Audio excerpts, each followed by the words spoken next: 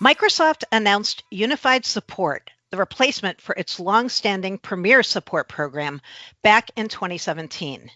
And since then, customer complaints have grown around pricing, quality, and more. I'm Mary Jo Foley, the editor-in-chief here at Directions on Microsoft. I'm the host for your series of podcasts for those interested in the Microsoft Enterprise IT ecosystem.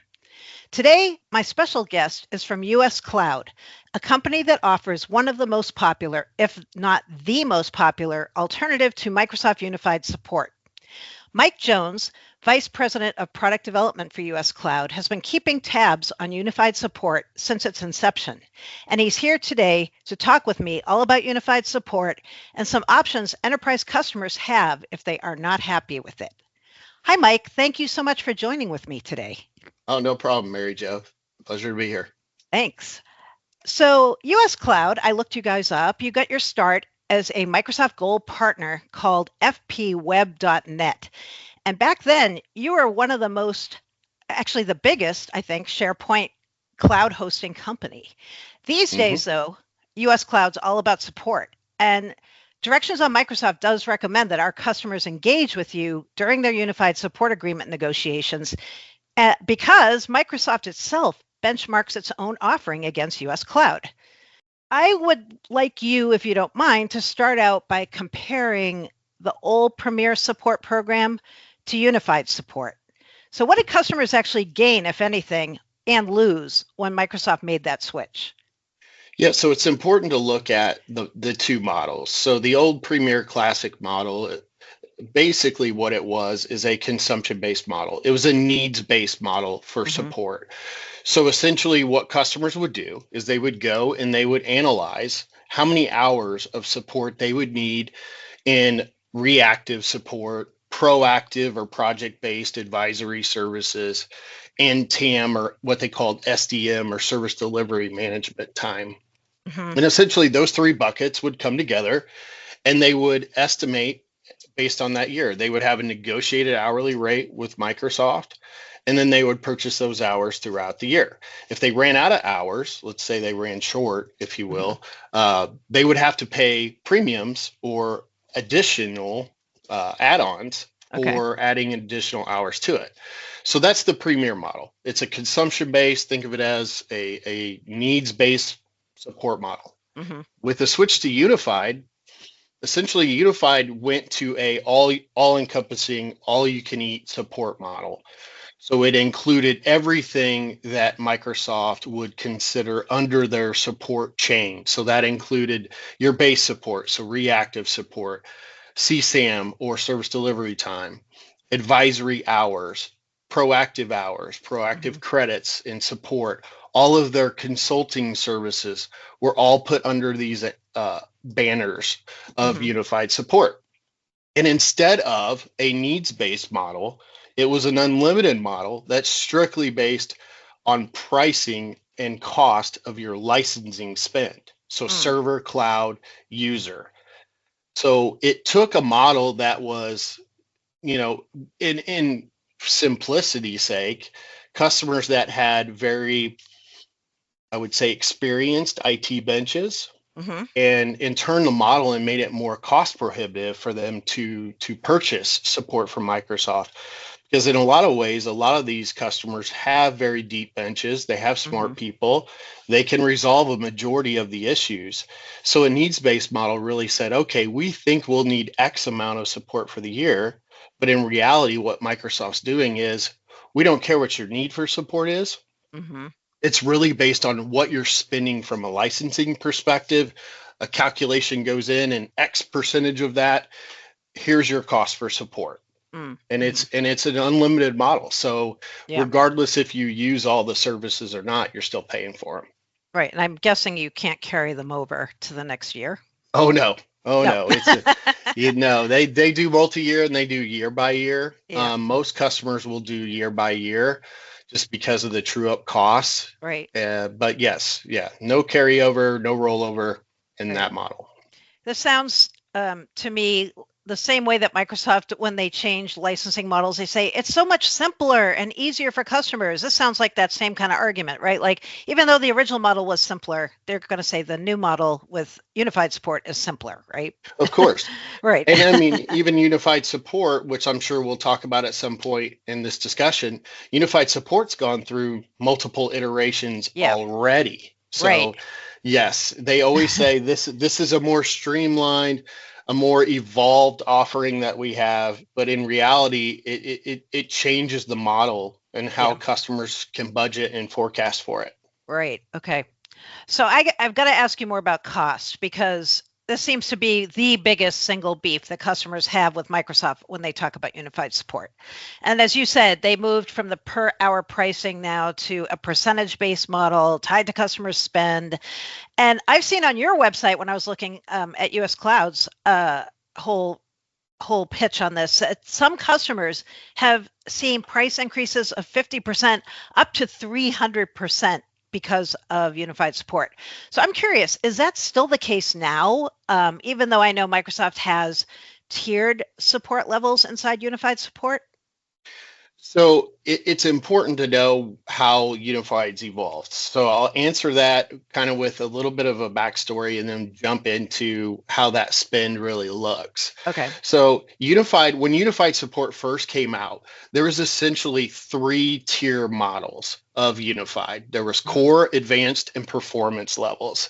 Now that model basically provided customers with the ability, based on size and need for support.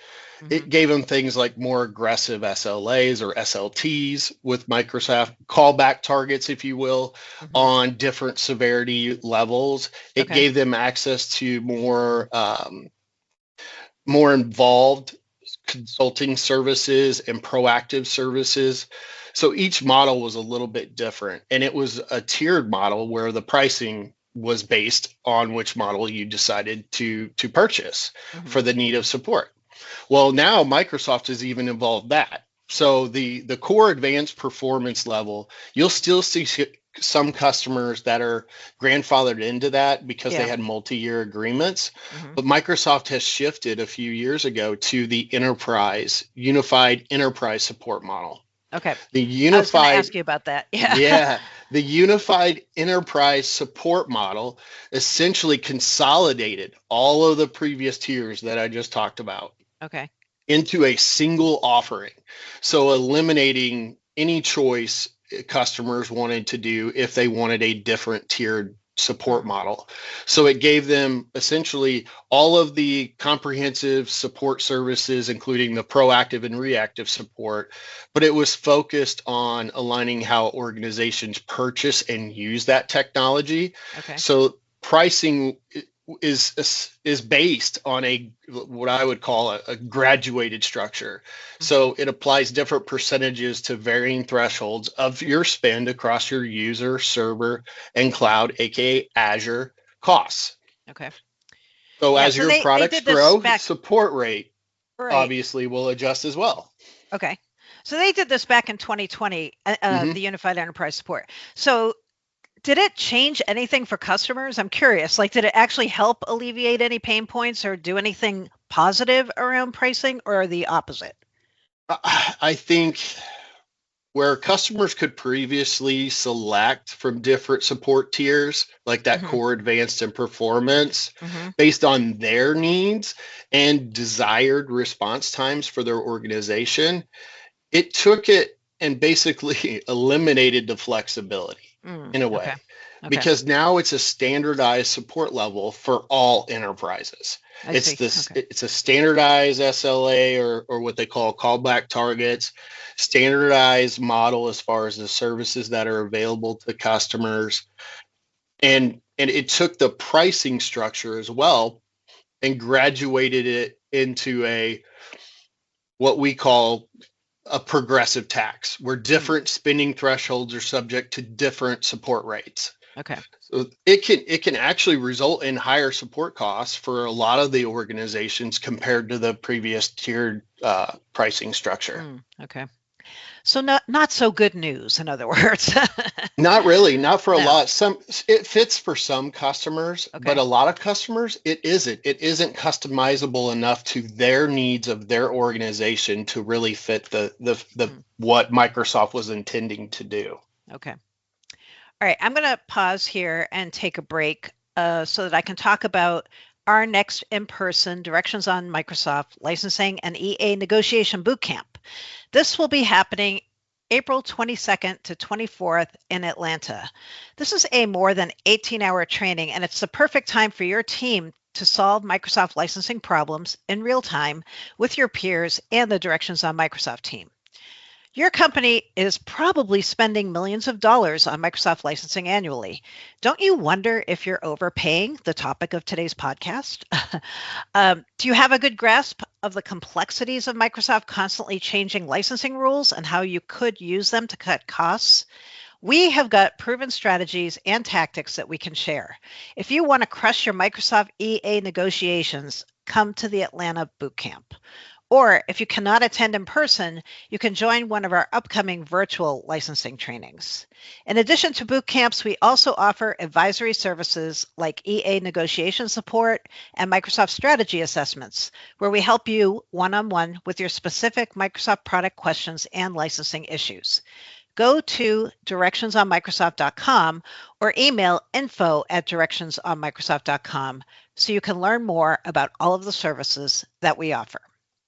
Okay, back to Mike Jones with US Cloud and the wild and woolly world of Microsoft Unified Support. So far, we've been talking about the details of Microsoft's various support programs, but let's shift gears now and talk a little bit about what enterprises can do for support if they don't want to buy into Unified Support. I mean, obviously, customers can make the choice to switch to a third-party support provider like US Cloud for their support needs. But I'm curious, can enterprises buy into partially buy into unified support, or do you have to get all of it? You can't just buy into it partially. How does this work? So it really is an all or nothing Oh, style wow. approach. Okay. Yeah. So unfortunately for customers, and we've seen this in the landscape where customers will, let's say they're really reliant upon an Azure application in the cloud that they Right. need, really, really critical support for, but all their other technologies for Microsoft they would rather have supported by anyone other than Microsoft. Mm, You can't just buy essentially Microsoft will tell you can't just buy partial support. It's an all or nothing tied mm. into Okay. all of those services. Now, Okay. I will say that I have seen a few select customers negotiate Azure only support with Oh, Microsoft. okay. So little unknown factoid for some customers out there that Yep. it is a reality, and depending upon how you can negotiate, you could negotiate an Azure only support model and then use a third party or a trusted partner to support the rest of your environment. But for Okay. the most part, Microsoft will push back pretty hard and say no. Okay. Good tip there. All right, so when I look at Unified Enterprise plans on Microsoft's website, I see you can customize from a menu of things around like assessments, 24/7 technical support, case management, mission critical services. So I'm curious, are any of these categories, quote, better than others? In other words, are there categories you would advise customers to use or steer clear of if they can make some choices? Yeah, good question. So, from my standpoint, the customization is a loose term, and I Mhm. want customers to be educated on what that really means. When you purchase Unified Enterprise, there is a base product plan included in that.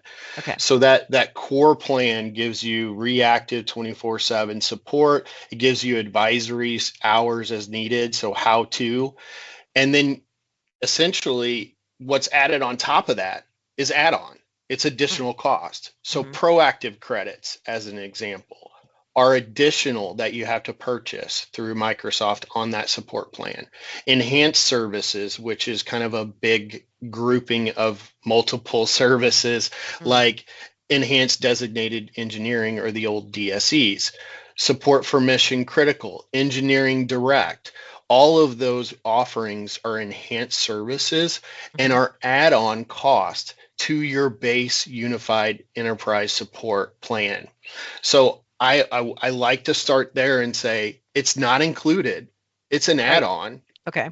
but understand that you have access to those as an additional cost to your unified support plan.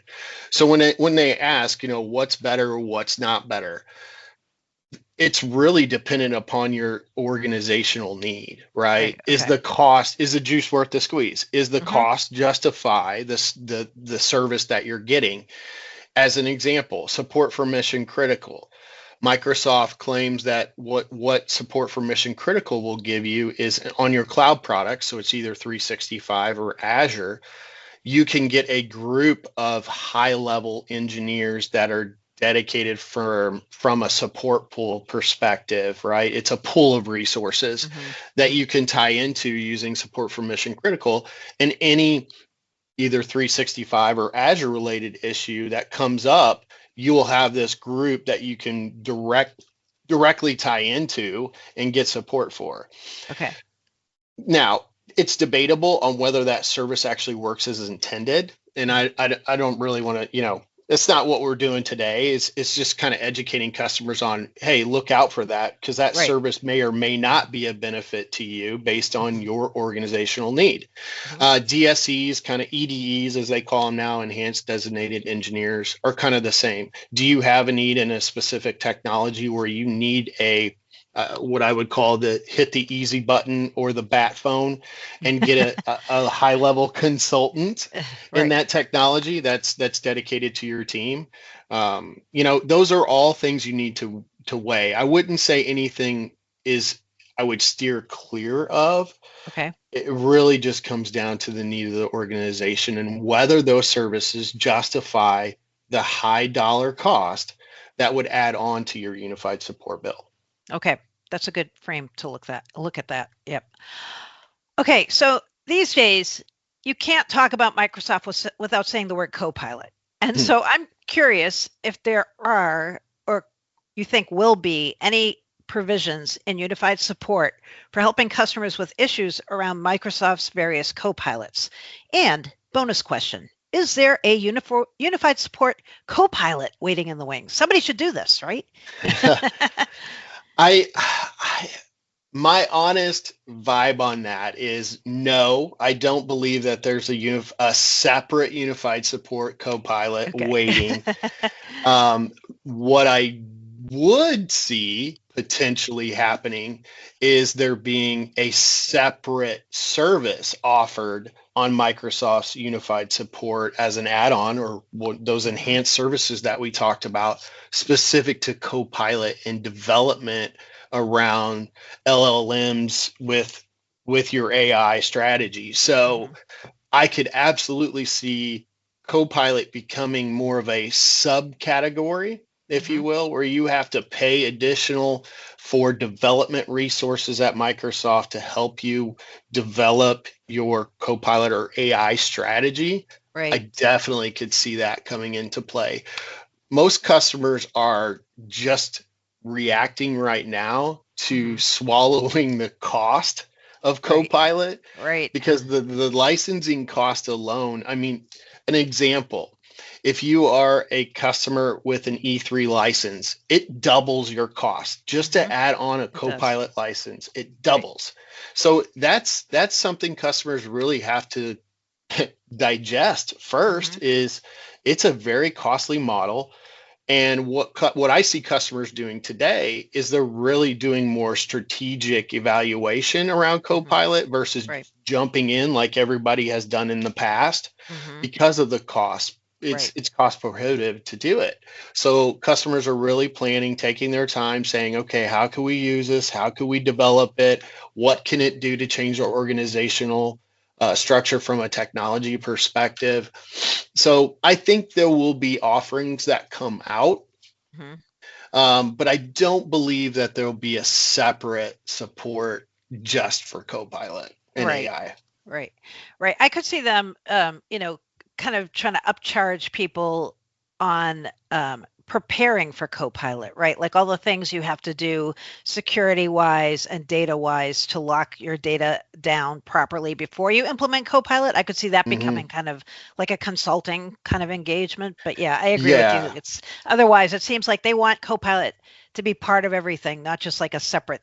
Here's also Copilot. They want it to be integrated into everything, right? Yeah, and that's their biggest initiative right now is obviously AI and Right. Copilot, right? I Right. mean, you're right. You can't look around and see the word Microsoft without seeing Copilot or AI tag behind it somewhere.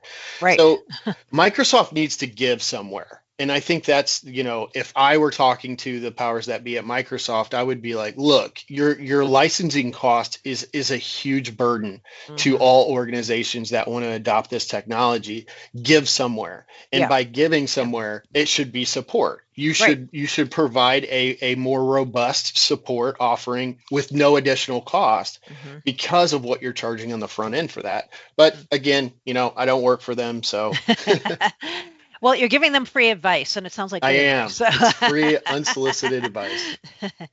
okay, back to reality now. Now that we've talked about Copilot, do you think there's anything Microsoft could do more or better around providing proactive or preemptive support? And again, I'm going to throw the AI card in here. Like, do you think Yeah. AI might play a role in there or no? I think from a reactive standpoint, AI will definitely play a Hmm. huge role Okay. moving forward. And that's not just Microsoft, that's the entire partner ecosystem as well. Hmm. Everyone's developing some sort of AI tool or some kind of integration with AI to help support their customers, whether that's an AI chatbot at the front that's doing kind of self-service Hmm. support for their customers, or it's a back end AI tool that's helping search for technology KB articles or knowledge base articles for customers that have resolved those issues for customers in the past. AI Hmm. is definitely going to play a huge role moving forward in how partners and Microsoft support their customers' environment. Now, from a proactive standpoint, since you asked around more proactive, Hmm. I think what Microsoft could do for themselves around proactive support is lean on their partner channel a little bit more than they do today. And what I mean by that is when you purchase Unified and you have proactive services that are a part of that, Microsoft has teams in their MCS division, their Microsoft Consulting Services division, that are dedicated as field engineers or proactive consultants. And there's a shortage of those Hmm. today that exist. So queue times, as an example, for customers that are looking to do a service with Microsoft can take up to 3 months Oh, to wow. to start and engage on some of those services. Wow. It's not feasible for some Right. customers when they have a dire need. Hmm. So I think that Microsoft could do themselves justice by turning to their partner ecosystem Hmm. and saying, you guys do this day in, day out.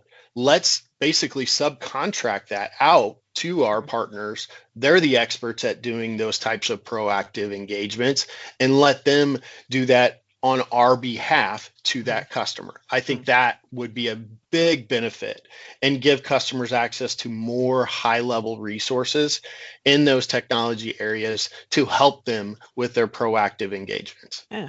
Okay. Interesting. All right. So to close things out, anything else you think customers might want to know about Microsoft's possible future directions with unified support? Getting any like inklings about things that might be on the near-term horizon, perhaps?